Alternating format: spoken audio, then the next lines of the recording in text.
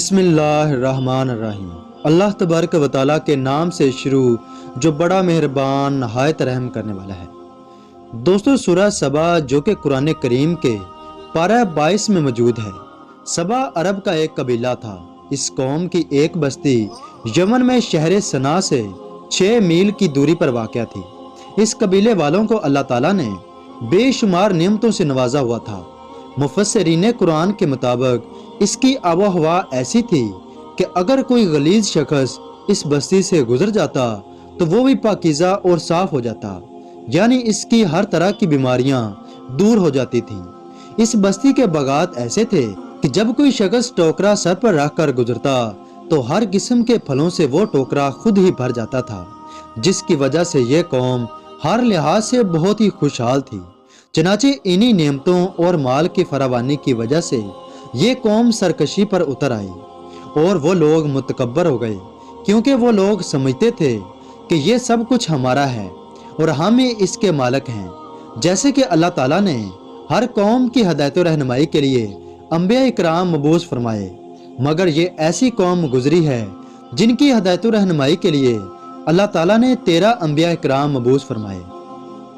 اسی طرح اللہ تعالیٰ ایک کے بعد ایک نبی اس قوم کی ہدایت و رہنمائی کے لیے بھیجتے رہے، مگر یہ قوم راہ راست پر آنے کی بجائے مزید برائی کے راستوں پر سوار ہوتی چلی گئی۔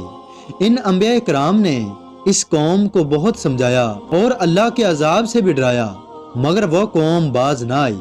اس قوم کا ایک سردار تھا چونکہ بہت ہی متکبر اور سرکش تھا۔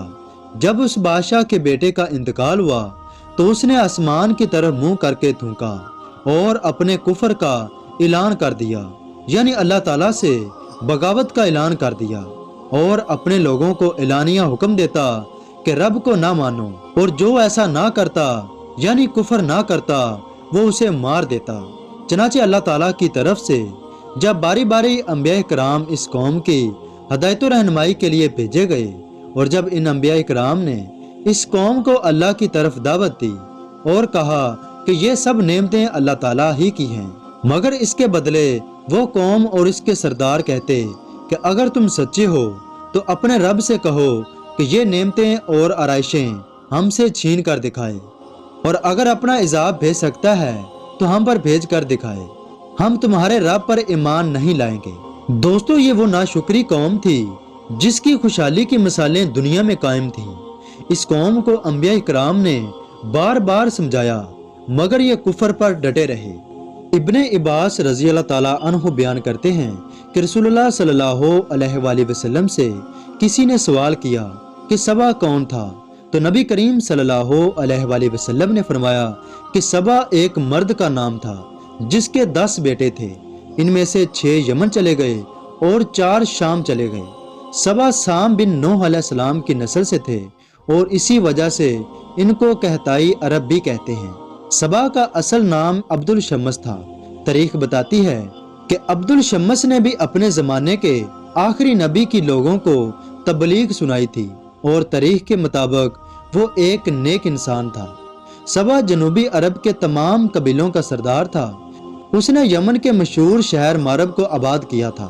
ابن کثیر بیان کرتے ہیں کہ سبا وقت گزرنے کے بعد یمن کے بادشاہوں کا لقب ہو گیا، اور ملکہ بلقیس بھی اسی زمانہ کی ملکہ ہے، جس کی وجہ سے ملکہ بلقیس کو ملکہ سبا بھی کہتے ہیں۔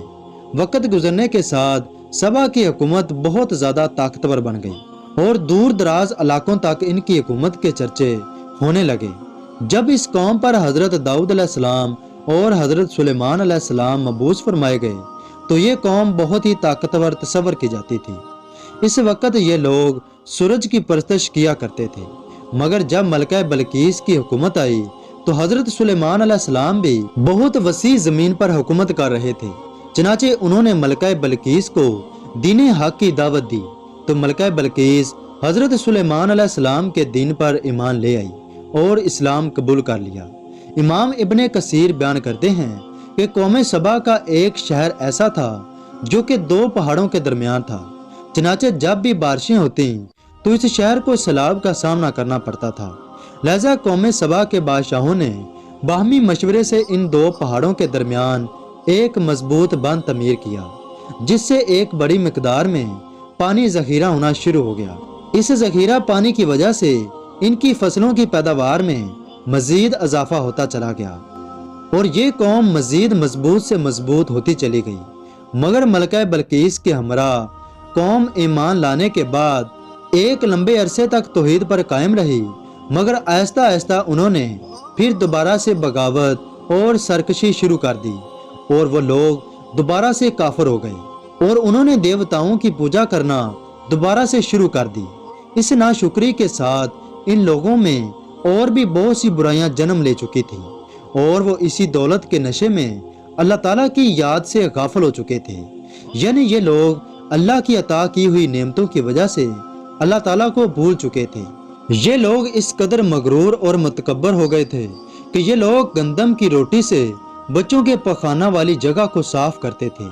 اس طرح آہستہ آہستہ یہ روٹیاں اکٹھی ہوتی گئیں اور ایک پہاڑ کی شکل اختیار کر گئیں۔ جب بھی کوئی اللہ تعالیٰ کا نیک بندہ یا رسول انہی نعمتوں کی نافرمانی سے روکتا یا ان نعمتوں کی شکر گزاری کے لیے کہتا تو وہ لوگ اس شخص سے بڑھ جاتے کہ یہ تمام چیزیں ہماری ملکیت میں ہیں، اگر تمہارا رب ہم سے چھین سکتا ہے تو چھین کر دکھائے۔